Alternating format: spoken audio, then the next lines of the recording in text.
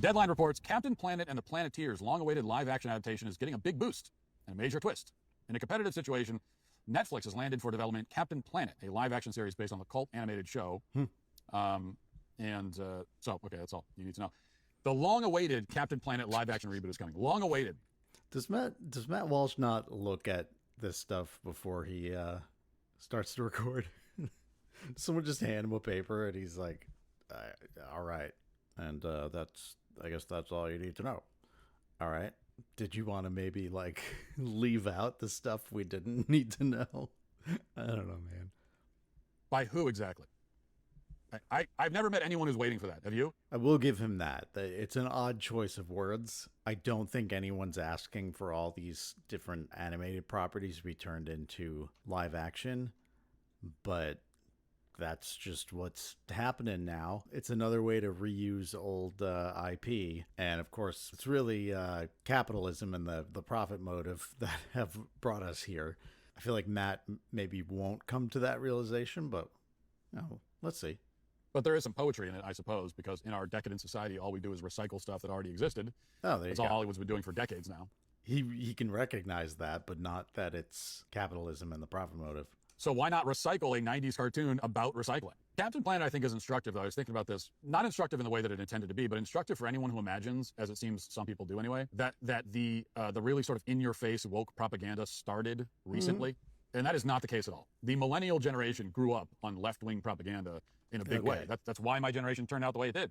Yeah, I'm glad he's doing a little bit of woke revisionist history here, right? Because a lot of them act like, a lot of these right-wing commentators act like wokeness or whatever is kind of a recent development. And even if you point them to stuff like this, like, oh, dude, what about Captain Planet? What about like Disney princesses were all from a different part of the world and they were all different colors? They'll be like, yeah, but back then it wasn't about pushing an agenda. Like, what? But Matt, ever the PR-minded guy, I guess, is getting out ahead of it. And in some cases, the propaganda was more extreme. It was more blatant, more radical than the stuff you see today. Captain Planet is a perfect example. Now, fortunately, it didn't work. I mean, the left-wing propaganda from Hollywood did work, but it didn't work from Captain Planet because the show was just so unfathomably lame. I remember watching it when I was like 6 years old. When I was 6 years old, I remember watching the show and going, what the hell is this bull? I remember turning over to my mom and saying, what is this bull? Mom, are you seeing this? That's how I talked when I was 6. Not really. Kids, don't talk that way.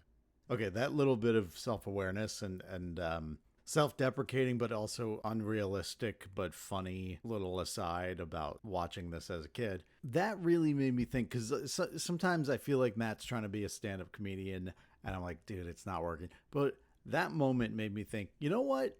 With like a couple of stronger writers in the room, I think Matt could be funny.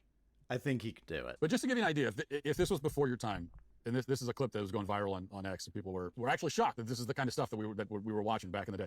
But Captain Planet had an entire episode that explicitly promoted eugenics. Watch this. Okay.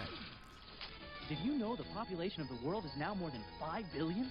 Wow, that is a lot of people. And it's increasing by 90 million people each year. Whoa. But the Earth is not getting any bigger. So when it is your turn to have a family, Keep it small. What is her accent, dude?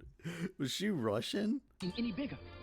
so when it is your turn to have a family, Keep it small. So when it is your turn to have family. My element is water. That's what we call vodka in Russia. Yes, Americans have small family, so world will be all Soviets. What the fuck is this shit? And speaking of wokeness, check out these characters, all different colors, and she's like a Asian of some variety. There's the guy, the black guy seems to be from somewhere in Africa, maybe. The Russian KGB spy girl. There you go. Did you know the population of the world is now more than 5 billion? wow, that is a lot of people. And it's increasing by 90 million people each year. But the Earth is not getting any bigger. So when it is your turn to have a family, Keep it small. Bro. Then it's your turn to have a family. Bro, the world is huge. The Earth is fucking huge. The Earth's not getting any bigger. Like, yeah. I love how they present it as a matter of space. Obviously, they're talking about resource distribution, but they don't really get into that. They just show traffic and like a crowded sidewalk.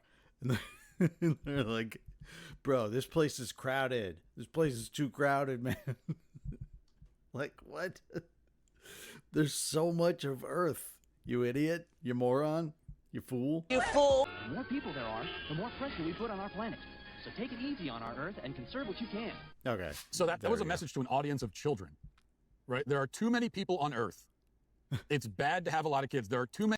So here's the thing. Like, no, I think we probably shouldn't all have 5 kids in every family. Like, that might be too much, but like, not everyone's going to do that. So it's fine. And the problem with this is that I don't know if I'd go so far as to call it eugenics, because I think you have to get step a little more into like, here's who we need to reduce, right? And it's like, how are we going to do that? The dealer's choice. Make less of them or get rid of some or both. And it's really ugly. That's eugenics. What this is what we call a Malthusian overpopulation myth. It's the idea that issues with inequality, resource distribution, and all of this is just because there's too many people. It's like, oh, why are people starving? Because there's not enough food for all these people we have. Bullshit. It's absolute bullshit. What have we been doing for the past 200, 300 years? The Industrial Revolution, right? What was the point of getting so fucking productive and so efficient with production? And we have like machines and automation, and it's doing a lot of stuff now. You ever see those giant fucking threshers going on the big farms out in like the Western US and the Midwest? It's insane, dude. And we talk about like GMO foods. GMO foods are a fucking miracle. You know how much food we make? It's nuts. Like, I've read, and this was probably a while ago when I read this. I'm fucking old now. I'm my dad. I keep repeating shit that happened like 15 years ago. But what I read is that we have enough food for like 10, 11, 12 billion people. And we're worried about like, 5 billion back in this time of Captain Planet, like 8 billion now. Like, oh my God. Look, we don't want out of control population growth, but we don't have that. And we actually have population decline in a lot of countries. Japan has a big problem with this. The US is going to have a big problem with this because no one has any money and we're not letting people in anymore. So that could be a problem. But yeah, what I'm saying is, I don't know if this is the same point Matt is trying to get at, but the overpopulation thing is overblown at best. It's a myth that leads to very kind of, I'll say, fascist thinking, at the risk of overusing that word. Fascist thinking, which is like, we need fewer people and it's time to enforce that in some way. Many people have fewer kids. This is the kind of stuff they were saying to kids in like 1992. So wokeness is not new. This was my favorite episode of Captain Planet. I still remember it to this day. I don't remember a second of screen time of Captain Planet.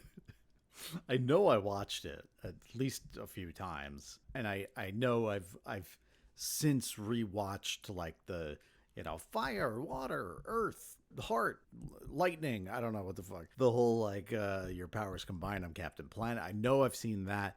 I don't remember a goddamn thing of this show. Thought I remembered it, right? I thought I remembered it. It's kind of it's sort of like that. What was the Shazam, the Sinbad movie that we all remember from the 90s but didn't exist? And I wasn't sure if this one episode of Captain Planet, I wasn't sure if this fell into that category, because I remember an episode where a kid got AIDS, and it's not funny, the kid had AIDS, but he was a cartoon. So, and then Captain Planet flew down from heaven or wherever he was coming from, and gave a speech about how it's still okay to hug him even though he has AIDS. And I thought I remembered that, but I wasn't sure if it was some kind of weird fever dream that I had. But yes, it turns out that my memory was correct. This episode actually happened. Again, this is the kind of stuff that millennials grew up watching. Okay, so it explains a lot. What's he doing here? He's not going to infect my players. Get him out of here! He's got AIDS! It's okay, Coach. I don't want to cause trouble.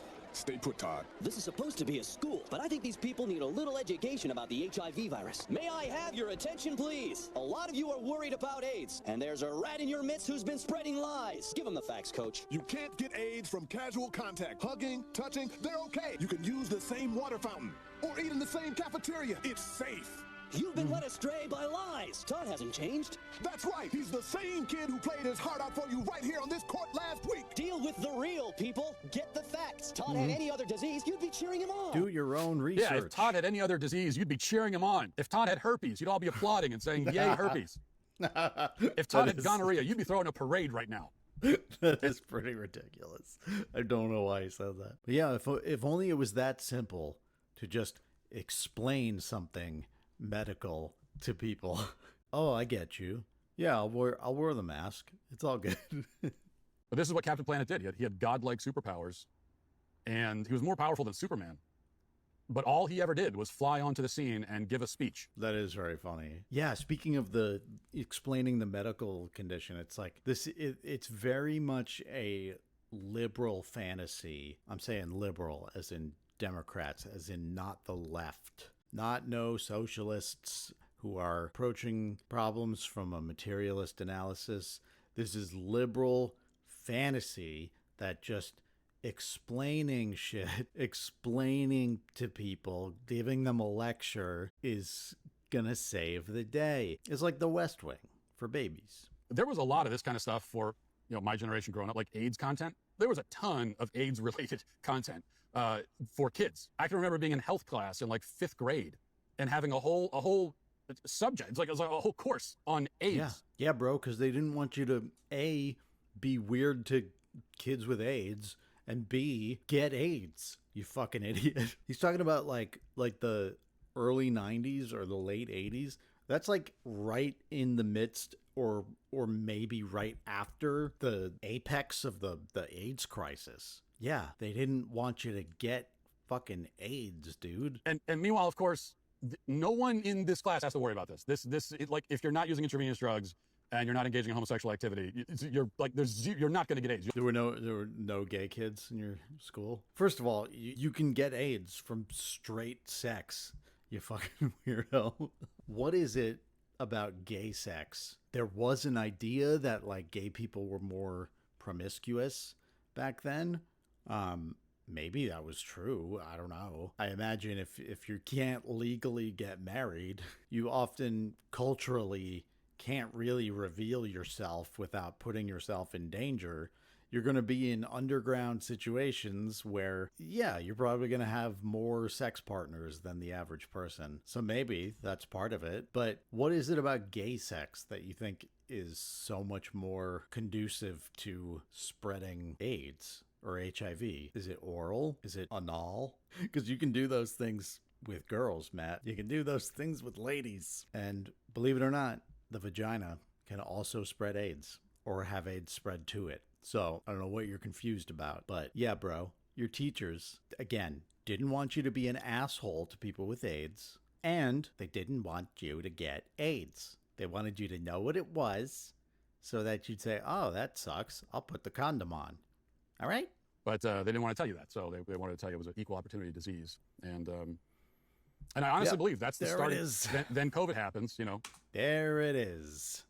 There it is. It's a gay thing. It's not something normal people have to worry about. So why should we fucking care? Decades later, then COVID happens, decades later, and you got a bunch of millennials who are freaking out about it, total hypochondriacs. And I think that this is part of the reason why. Yeah, it was the hypochondria about COVID. It wasn't a highly infectious disease that was, sure, didn't have like a crazy high death rate, but it had a pretty high death rate, especially in the heat of it, in the thick of it. Over 1 million people, probably 1.5 million people so far have died of COVID in the U.S. I would think a conservative would care about like lost productivity for people who are getting repeat infections and actually, having symptoms and staying home. And also people are getting long COVID. That is a real thing, still happening. Is it ravaging the entire population? I don't think so. But could it? I don't know. It was still a very new disease. And people are getting this long COVID, brain fog. They're unable to do what they need to do physically to just carry out normal life activities. Can't work. That's bad. I don't think we should be so blasé about it. I think we, at the very least, should have just had like a federal push to get schools and offices and workplaces and hotels and shit hooked up with fucking HEPA filters and all this. There's stuff we could have done where it's like, okay, no, you don't have to fucking wear a mask everywhere. Maybe some people will feel more comfortable if they do that. But we've got the vaccines and we've got great air filtration, state-of-the-art shit it's probably good beyond COVID, right? It's probably, it's getting more like dust out of the air. It's getting other viruses out of the air. Now, immunocompromised people don't have to worry so much. And you don't have to wear a mask. There's a distance between having to stay home all the time or wear a mask all the time and doing nothing about COVID. So it's not about hypochondria. Look, we had 2 presidential administrations that mishandled COVID in different ways. And was the communication and the information mishandled? Yes. But it was also a new disease, new information coming out all the time, conflicting information, just because they didn't fucking know. Yeah, it is mismanagement and shady government shit.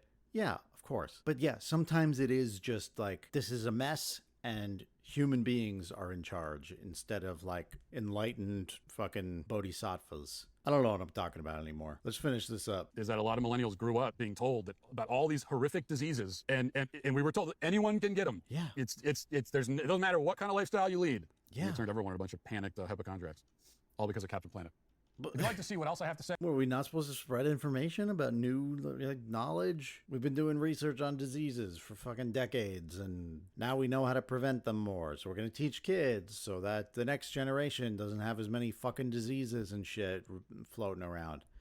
Oh, that seems kind of nice. That almost sounds like progress. So anyway, that's Matt Walsh. I will say I enjoyed that video more than I expected.